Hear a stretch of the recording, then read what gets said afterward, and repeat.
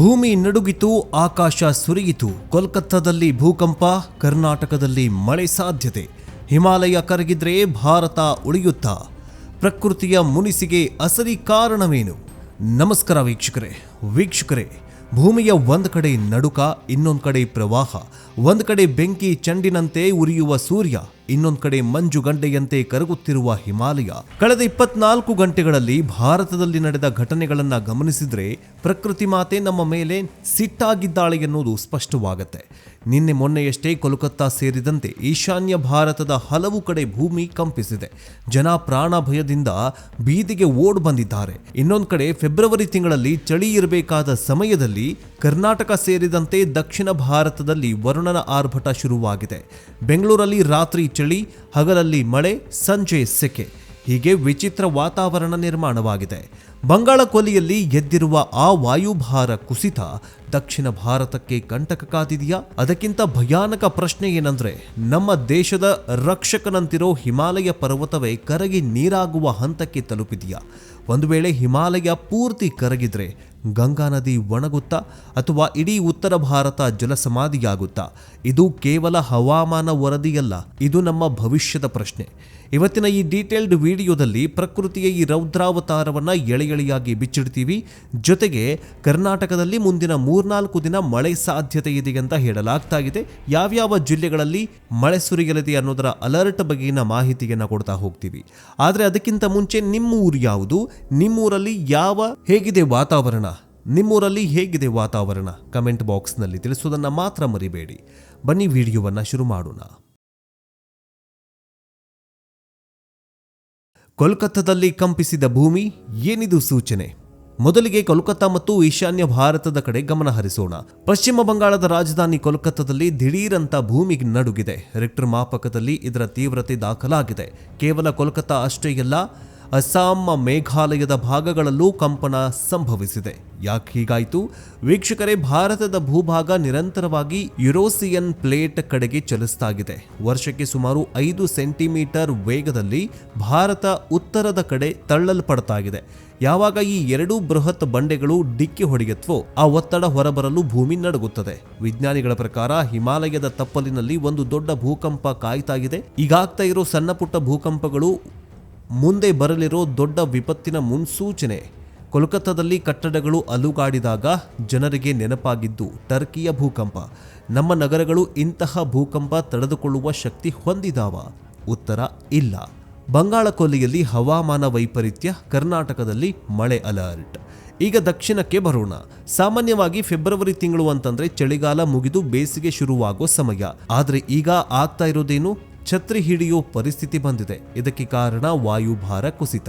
ಬಂಗಾಳ ಕೊಲ್ಲಿಯ ನೈಋತ್ಯ ಭಾಗದಲ್ಲಿ ಸಮುದ್ರದ ಮೇಲ್ಮೈ ಉಷ್ಣಾಂಶ ಹೆಚ್ಚಾಗಿದೆ. ಯಾವಾಗ ಸಮುದ್ರ ಬಿಸಿಯಾಗತ್ತೋ ಅಲ್ಲಿನ ಗಾಳಿಯ ಮೇಲೆ ಹೋಗುತ್ತೆ. ಅಲ್ಲಿ ಕಡಿಮೆ ಒತ್ತಡದ ಪ್ರದೇಶ ಸೃಷ್ಟಿಯಾಗತ್ತೆ. ಆ ಜಾಗವನ್ನ ತುಂಬುವುದಕ್ಕೆ ತೇವಾಂಶ ಭರಿತ ಮೋಡಗಳು ನುಗ್ಗಿ ಬರ್ತವೆ. ಇದರ ಪರಿಣಾಮ ಏನಾಗ್ತಾ ಇದೆ ಅಂದ್ರೆ, ತಮಿಳುನಾಡು ಮತ್ತು ಆಂಧ್ರ ಪ್ರದೇಶದ ಕರಾವಳಿ ತೀರಗಳಲ್ಲಿ ಭಾರೀ ಮಳೆ ಸುರಿಯುವ ಸಾಧ್ಯತೆ ಇದೆಯಂತೆ. ಕರ್ನಾಟಕದಲ್ಲೂ ಅಷ್ಟೇ. ದಕ್ಷಿಣ ಒಳನಾಡು, ಮಲೆನಾಡು ಮತ್ತು ಕರಾವಳಿ ಭಾಗದಲ್ಲಿ ಮಳೆ ಅಲರ್ಟ್ ಘೋಷಣೆ ಮಾಡಲಾಗಿದೆ.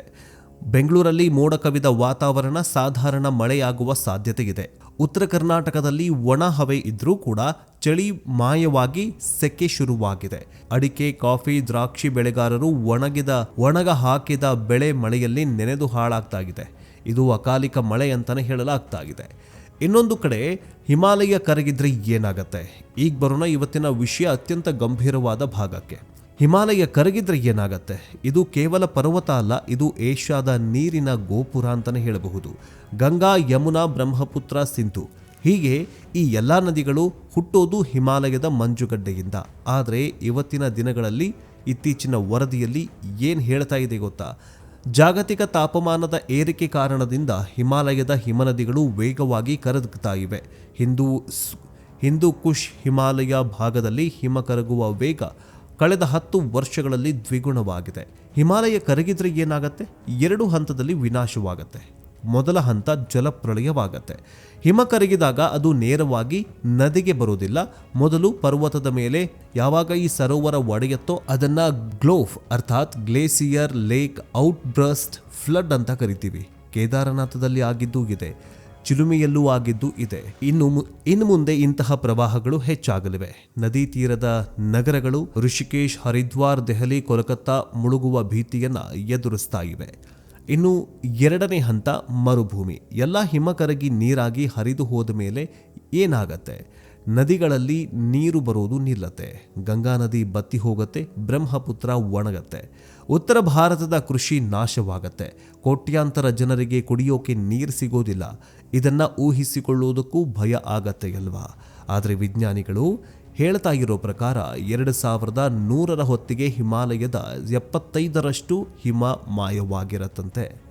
ದಕ್ಷಿಣ ಭಾರತದ ಕಥೆಯೇನು? ಸಮುದ್ರ ಮಟ್ಟ ಏರಿಕೆಯಾಗತ್ತೆ. ಹಿಮಾಲಯ ಕರಗಿದ್ರೆ ಕೇವಲ ಉತ್ತರ ಭಾರತಕ್ಕೆ ಮಾತ್ರ ಸಮಸ್ಯೆನ? ಖಂಡಿತ ಇಲ್ಲ. ಈ ಎಲ್ಲ ನೀರು ಎಲ್ಲಿಗೆ ಹೋಗುತ್ತೆ? ಸಮುದ್ರಕ್ಕೆ ಹೋಗುತ್ತೆ. ಬಂಗಾಳ ಕೊಲ್ಲಿ ಮತ್ತು ಅರಬ್ಬಿ ಸಮುದ್ರದ ಮಟ್ಟ ಏರಿಕೆಯಾಗತ್ತೆ. ಆಗ ಏನಾಗತ್ತೆ ಅಂದರೆ ಮುಂಬೈ, ಚೆನ್ನೈ, ಕೊಚ್ಚಿ ಈ ನಗರಗಳು ಸಮುದ್ರದ ಪಾಲಾಗುವ ಅಪಾಯ ಇದೆ. ಲಕ್ಷದ್ವೀಪ ಮತ್ತು ಅಂಡಮಾನ್ ನಿಕೋಬಾರ್ ದ್ವೀಪಗಳು ನಕ್ಷೆಯಿಂದಲೇ ಮಾಯವಾಗಬಹುದು. ಲವಣಾಂಶ ಹೆಚ್ಚಳವಾಗತ್ತೆ, ಅಂದರೆ ಏರಿಕೆಯಾಗತ್ತೆ. ಸಮುದ್ರದ ನೀರು ಒಳನುಗ್ಗಿ ಕಾವೇರಿ, ಕೃಷ್ಣ ನದಿಗಳ ಮುಖಜ ಭೂಮಿಯಲ್ಲಿ ಉಪ್ಪು ನೀರು ಸೇರಿಕೊಳ್ಳುತ್ತೆ. ಆಗ ಅಲ್ಲಿ ಕೃಷಿ ಮಾಡೋದು ಕಷ್ಟವಾಗತ್ತೆ. ಇದು ನಮ್ಮ ಕಣ್ಣ ಮುಂದೆಗೆ ನಡೀತಾ ಇರೋ ಸ್ಲೋ ಪಾಯ್ಸನ್ ಅಂತಾನೆ ಹೇಳಬಹುದು. ಇನ್ನು ಪ್ರಕೃತಿ ಯಾಕೆ ಹಿಂಗೆ ಮುನಿಸ್ಕೊಂಡಿದ್ದಾಳೆ? ಅರಣ್ಯನಾಶ. ಪಶ್ಚಿಮ ಘಟ್ಟಗಳನ್ನು ಕಡಿದು ರೆಸಾರ್ಟ್ ಮಾಡ್ತಾ ಇದ್ದೀವಿ, ಅದಕ್ಕೆ ಕೊಡಗಿನಲ್ಲಿ ಭೂಕುಸಿತ ಆಗ್ತಾ ಇದೆ. ಅನಿಯಂತ್ರಿತ ನಗರೀಕರಣ. ಕೆರೆಗಳನ್ನು ಮುಚ್ಚಿ ಅಪಾರ್ಟ್ಮೆಂಟ್ ಕಟ್ತಾ ಇದ್ದೀವಿ, ಅದಕ್ಕೆ ಬೆಂಗಳೂರು ಮುಳುಗ್ತಾ ಇದೆ. ಮಾಲಿನ್ಯ. ಕಾರ್ಖಾನೆ ಮತ್ತು ವಾಹನಗಳ ಹೊಗೆಯಿಂದ ವಾತಾವರಣ ಬಿಸಿಯಾಗ್ತಾ ಇದೆ, ಅದೇ ಹಿಮಾಲಯವನ್ನು ಕರಗಿಸ್ತಾ ಇದೆ. ಇವತ್ತು ನಾವು ಪ್ರಕೃತಿಯನ್ನು ಎದುರು ಹಾಕಿಕೊಳ್ತಾ ಇದ್ದೀವಿ, ಈಗ ಪ್ರಕೃತಿ ತಿರುಗಿ ಬಿದ್ದಿದೆ. ಅಂತಿಮವಾಗಿ ಹೇಳೋದಾದರೆ ಕೋಲ್ಕತ್ತಾದ ಭೂಕಂಪ, ಕರ್ನಾಟಕದ ಅಕಾಲಿಕ ಮಳೆ, ಹಿಮಾಲಯದ ಕರಗುವಿಕೆ ಇವೆಲ್ಲವೂ ಬೇರೆ ಬೇರೆ ಘಟನೆಗಳಲ್ಲ, ಇವೆಲ್ಲವೂ ಒಂದಕ್ಕೊಂದು ಲಿಂಕ್ ಆಗಿರೋ ಎಚ್ಚರಿಕೆ ಕರೆಗಂಟಿಗಳು. ನಾವು ಈಗಲಾದರೂ ಎಚ್ಚೆತ್ತುಕೊಳ್ಳದೆ ಹೋದರೆ ನಮ್ಮ ಮುಂದಿನ ಪೀಳಿಗೆಗೆ ನಾವು ಉಳಿಸಿಕೊಡೋದು ಕೇವಲ ಬರಡು ಭೂಮಿ ಮತ್ತು ವಿಷದ ಗಾಳಿ. ಸರ್ಕಾರಗಳು ಕೂಡ ಎಚ್ಚೆತ್ತುಕೊಳ್ಬೇಕು. ಸರ್ಕಾರದ ಕೆಲಸ ತುಂಬ ಇದೆ. ನೋಡಿ, ದೆಹಲಿಯಲ್ಲಿ ದೆಹಲಿಯಲ್ಲಿ ಏನಾಗ್ತಾ ಇದೆ ಅಂತ. ದೆಹಲಿ ವಾಸಸ್ಥಾನಕ್ಕೆ, ಜನರು ವಾಸಸ್ಥಾನಕ್ಕೆ ಯೋಗ್ಯವಲ್ಲ. ನೋಡಿ, ದೆಹಲಿ ಜನ ಇಲ್ಲಾಗ ಉತ್ತರ ಭಾರತ, ಬೆಂಗಳೂರು ಅಥವಾ ಈ ಚೆನ್ನೈ, ಹೈದರಾಬಾದ್ ಎಲ್ಲ ಸೇರ್ಕೊಳ್ತಾ ಇದ್ದಾರೆ. ನೋಡಿ ಎಂಥ ಕಾಲ ಬಂದಿದೆ ಅಂತ. ದೆಹಲಿಯಲ್ಲಿ ಎಲ್ಲ ಹಾಳು ಮಾಡಿಬಿಟ್ಟು ಈಗ ನಮ್ಮ ಕಡೆ ಹಾಳು ಮಾಡೋದಕ್ಕೆ ನೋಡಿ, ನಿಮಗೆಲ್ಲ ಗೊತ್ತಾಗ್ತಿರಬಹುದು. ಈಗ ರಸ್ತೆಯಲ್ಲಿ ಹೋಗ್ತಾ ಇದ್ದರೆ DL ಅಂತಂದರೆ ದೆಹಲಿಯ ವಾಹನಗಳು ಜಾಸ್ತಿ ಕಾಣಿಸ್ತಾ ಇದ್ದಾವೆ. ಅಂದರೆ ನೋಡಿ, ಒಬ್ಬರೇ ಹೋಗಬೇಕಾದ್ರೂ ಕಾರಲ್ಲಿ ಅವರು ದೆಹಲಿ ಜನ ಅಥವಾ ಅಲ್ಲಿನ ಜನರು ಕಾರುಗಳನ್ನು ಜಾಸ್ತಿ ಬಳಸ್ತಾರೆ. ಅಲ್ಲಿ ಟ್ರಾನ್ಸ್ಪೋರ್ಟ್ ಸಿಸ್ಟಮ್ ಚೆನ್ನಾಗಿಲ್ಲ, ಅಂದರೆ ಈ ಬಸ್ ವ್ಯವಸ್ಥೆ ಸರಿಯಾಗಿಲ್ಲ, ಮೆಟ್ರೋ ವ್ಯವಸ್ಥೆ ಸರಿಯಾಗಿಲ್ಲ. ನಮ್ಮಲ್ಲಿ ಎಲ್ಲವೂ ಚೆನ್ನಾಗಿದೆ, ಆದರೂ ಕೂಡ ನಮಗೆ ಇವೆಲ್ಲ ಎಚ್ಚರಿಕೆ ಕರೆಗಂಟೆಗಳು. ಬೇರೆ ದೇಶದ ಕತೆ ಹೇಳ್ತಾ ಇಲ್ಲ, ಇದು ದೆಹಲಿ, ಉತ್ತರ ಪ್ರದೇಶದ ಹೇಳ್ತಾ ಇದ್ದೀವಿ. ಅದಕ್ಕೋಸ್ಕರ ನಾವೆಲ್ಲರೂ ಪರಿಸರವನ್ನು ಪ್ರೀತಿ ಮಾಡಬೇಕು, ರಕ್ಷಿಸಬೇಕು. ಇಲ್ಲ ಅಂದರೆ ದೆಹಲಿ ಜನ, ಬೆಂಗಳೂರು ಜನ ಅಥವಾ ಕರ್ನಾಟಕ ಜನ ಎಲ್ಲಿಗೆ ಹೋಗಬೇಕು? ಎಲ್ಲಿಗೂ ಹೋಗೋದಕ್ಕೆ ಜಾಗನೇ ಇಲ್ಲ. ಅದಕ್ಕೋಸ್ಕರ ಭಾರತ ಎಷ್ಟೇ ಪಾಯ್ಸನ್ ಆದರೂ, ಎಷ್ಟೇ ಹಾಳಾದರೂ ನಾವು ಭಾರತದಲ್ಲಿಯೇ ಇರಬೇಕು. ಇದನ್ನು ತಲೆಯಲ್ಲಿಟ್ಕೊಂಡು ನಾವು ಪ್ರಕೃತಿಯನ್ನು ಪ್ರೀತಿ ಮಾಡಬೇಕು. ವೀಕ್ಷಕರೇ, ನಿಮಗೇನನ್ಸುತ್ತೆ? ಈ ಅಕಾಲಿಕ ಮಳೆಯಿಂದ ನಿಮ್ಮ ಊರುಗಳಲ್ಲಿ ಬೆಳೆ ನಾಶ ಆಗ್ತಾ ಇದೆಯಾ? ಹಿಮಾಲಯವನ್ನು ಉಳಿಸೋಕೆ ಭಾರತ ಸರ್ಕಾರ ಏನು ಮಾಡಬೇಕು? ಭೂಕಂಪ ಬಂದರೆ ನಿಮ್ಮ ತಯಾರಿ ಏನಿದೆ? ನಿಮ್ಮ ಅನಿಸಿಕೆ ಏನು ಅಂತ ಕಮೆಂಟ್ ಬಾಕ್ಸ್ನಲ್ಲಿ ತಿಳಿಸಿ. ನೆಕ್ಸ್ಟ್ ಅಪ್ಡೇಟ್ನೊಂದಿಗೆ ಬೇಗ ವಾಪಸ್ ಬರ್ತೀವಿ. ಜೈ ಹಿಂದ್, ಜೈ ಕರ್ನಾಟಕ.